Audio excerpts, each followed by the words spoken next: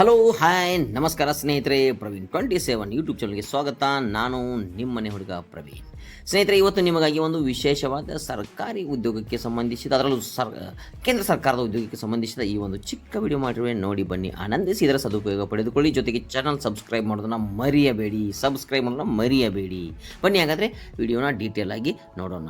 10ನೇ ತರಗತಿ ಪಾಸ್ ಆದವರಿಗೆ ಸರ್ಕಾರಿ ನೌಕರಿ, ಅಂಚೆ ಇಲಾಖೆ ನೇಮಕಾತಿ 2024, ಸ್ಟಾಫ್ ಕಾರ್ ಡ್ರೈವರ್ ಹುದ್ದೆ 2, ವೇತನ 19,900 ರೂಪಾಯಿಂದ 62,000 ರೂಪಾಯಿಗಳವರೆಗೆ ಒಳ್ಳೆಯ ಸಂಬಳ ಇರುವಂಥ ಒಂದು ಜಾಬ್. ಬನ್ನಿ ಹಾಗಾದ್ರೆ ಡೀಟೇಲ್ ಆಗಿ ಎಲ್ಲವನ್ನು ನೋಡೋಣ. ಭಾರತೀಯ ಅಂಚೆ ಇಲಾಖೆಯಲ್ಲಿ ಖಾಲಿ ಇರುವ ಗ್ರೂಪ್ ಸಿ ಹುದ್ದೆಗಳ ಭರ್ತಿಗೆ ಅರ್ಜಿಯನ್ನು ಆಹ್ವಾನಿಸಲಾಗಿದೆ. 2024ರಲ್ಲಿ ಇಲಾಖೆ ಅಥವಾ ಸಂಸ್ಥೆಯ ಹೆಸರು ಏನು ಅಂದರೆ ಅದು ಅಂಚೆ ಇಲಾಖೆ ಅಥವಾ ಭಾರತೀಯ ಇಂಡಿಯನ್ ಪೋಸ್ಟಲ್ ಅಂತ ಅದು. ಇನ್ನು ಹುದ್ದೆಯ ಹೆಸರು ಈಗಾಗಲೇ ಹೇಳಿದಾಗೆ ಸ್ಟಾಫ್ ಕಾರ್ ಡ್ರೈವರ್. ಹುದ್ದೆಗಳ ಸಂಖ್ಯೆ ಒಟ್ಟು 2 ಹುದ್ದೆಗಳು. ಕೆಲಸ ಮಾಡುವ ಸ್ಥಳ ನವದೆಹಲಿ ಅಂತ ಹೇಳಲಾಗ್ತಾ ಇದೆ, ಆದರೆ ಬಹುಶಃ ಬೇರೆ ಕಡೆ ಕೂಡ ಪೋಸ್ಟಿಂಗ್ ಮಾಡಿದ್ರೆ ಹೋಗಬೇಕಾಗುತ್ತೆ. ಇನ್ನು ವಿದ್ಯಾ ಅರ್ಹತೆ ಏನು, ಈ ಒಂದು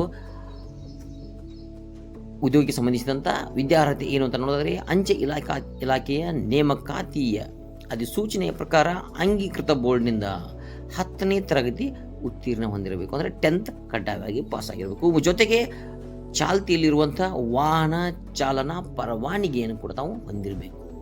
ಪರವಾನಗಿ ಇರಲೇಬೇಕು, ಅಂದರೆ ಲೈಸೆನ್ಸ್ ಅಂತ ಹೇಳ್ತೀವಿ, ಅದಿರಬೇಕು. ಅದಿದ್ದರೆ ಮಾತ್ರ ತಾವು ಅರ್ಜಿಯನ್ನು ಸಲ್ಲಿಸಬಹುದು. ಇನ್ನು ಅರ್ಜಿ ಸಲ್ಲಿಸಲು ಇರುವಂಥ ವಯೋಮಿತಿ ಏನು ಅಂತ ನೋಡೋದಾದರೆ, ತಮಗೆಲ್ಲ ಗೊತ್ತಿರುವ ಹಾಗೆ ಯಾವುದೇ ಒಂದು ಸರ್ಕಾರಿ ಉದ್ಯೋಗಕ್ಕೆ ಕನಿಷ್ಠ 18 ಅಂತ ಫಿಕ್ಸ್ ಇದೆ. ಅದಕ್ಕೆ ಮೇಲ್ಪಟ್ಟವರು ಅರ್ಜಿ ಸಲ್ಲಿಸ್ಬೋದು. ಇನ್ನು ಗರಿಷ್ಠ ಇದರಲ್ಲೂ ಕೂಡ ಹಾಗೆ ಕನಿಷ್ಠ 18 ವಯಸ್ಸು. ಇನ್ನು ಗರಿಷ್ಠ ವಯಸ್ಸು ಏನು ಅಂತ ನೋಡೋದಾದರೆ 56 ವರ್ಷಗಳವರೆಗಿನ ವ್ಯಕ್ತಿಗಳು ತಮ್ಮ ಹತ್ರ ಲೈಸೆನ್ಸ್ ಇದ್ದರೆ, ಪರವಾನಗಿ ಇದ್ದರೆ, ಜೊತೆಗೆ 10th ಪಾಸ್ ಆಗಿದ್ರೆ ಅರ್ಜಿಯನ್ನು ಸಲ್ಲಿಸಬಹುದು.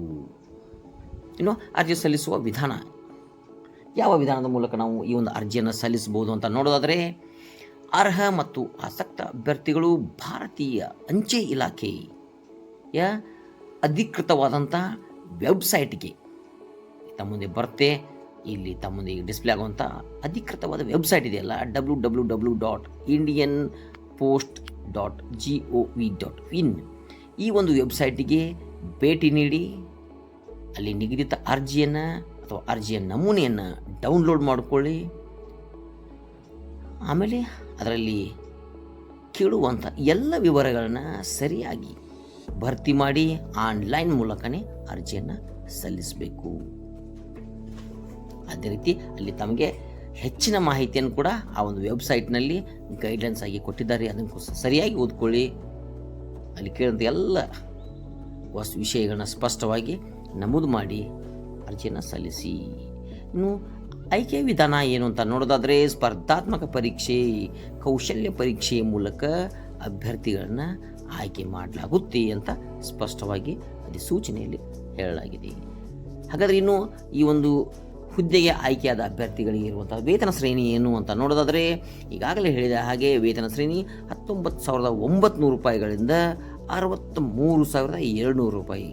ನಾನು ಪ್ರಾರಂಭದಲ್ಲಿ ಬಹುಶಃ ಅದು 62,000 ಅಂತ ಹೇಳ್ಬೋದು, ಅದು ತಪ್ಪಾಗಿದೆ. ಅದು ಈಗ ನಿಜವಾಗಿಯೂ 63,200 ಅಂತ ನಿಗದಿ ಮಾಡಲಾಗಿದೆ.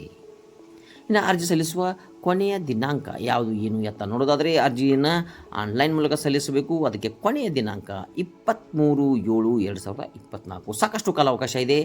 ಅರ್ಹ ಅಭ್ಯರ್ಥಿಗಳು ಅರ್ಜಿಯನ್ನು ಸಲ್ಲಿಸಿ ಜಾಬ್ನ ಪಡ್ಕೊಳ್ಳಿ, ಜೀವನವನ್ನು ಸುಖಮಯವನ್ನಾಗಿ ಮಾಡ್ಕೊಳ್ಳಿ ಅಂತ ಹೇಳ್ತಾ ಇವತ್ತಿನ ಈ ಒಂದು ಚಿಕ್ಕ ವಿಡಿಯೋನ ಇಲ್ಲಿಗೆ ಮುಗಿಸ್ತಾ ಇದ್ದೀನಿ. ಈ ಒಂದು ವಿಡಿಯೋ ತಮಗೆ ಇಷ್ಟ ಆಗಿದೆ ಅಂದ್ಕೊಂಡಿದ್ದೀನಿ. ಇಷ್ಟ ಆಗಿದ್ದರೆ ಸಬ್ಸ್ಕ್ರೈಬ್ ಮಾಡಿ, ಲೈಕ್ ಮಾಡಿ, ಬೆಲ್ ಐಕಾನ್ ಮರಿಬೇಡಿ. ಸಬ್ಸ್ಕ್ರೈಬ್ ಮಾಡೋದನ್ನ ಯಾವುದೇ ಕಾರಣಕ್ಕೂ ಮರಿಬೇಡಿ ಅಂತ ಹೇಳ್ತಾ ಮುಂದಿನ ಮತ್ತೊಂದು ವಿಡಿಯೋದಲ್ಲಿ ತಮ್ಮನ್ನು ಭೇಟಿ ಆಗ್ತೀನಿ. ಅಲ್ಲಿವರೆಗೂ ಜೈ ಹಿಂದ್, ಜೈ ಕರ್ನಾಟಕ. ನಮಸ್ಕಾರ ಸ್ನೇಹಿತರೆ.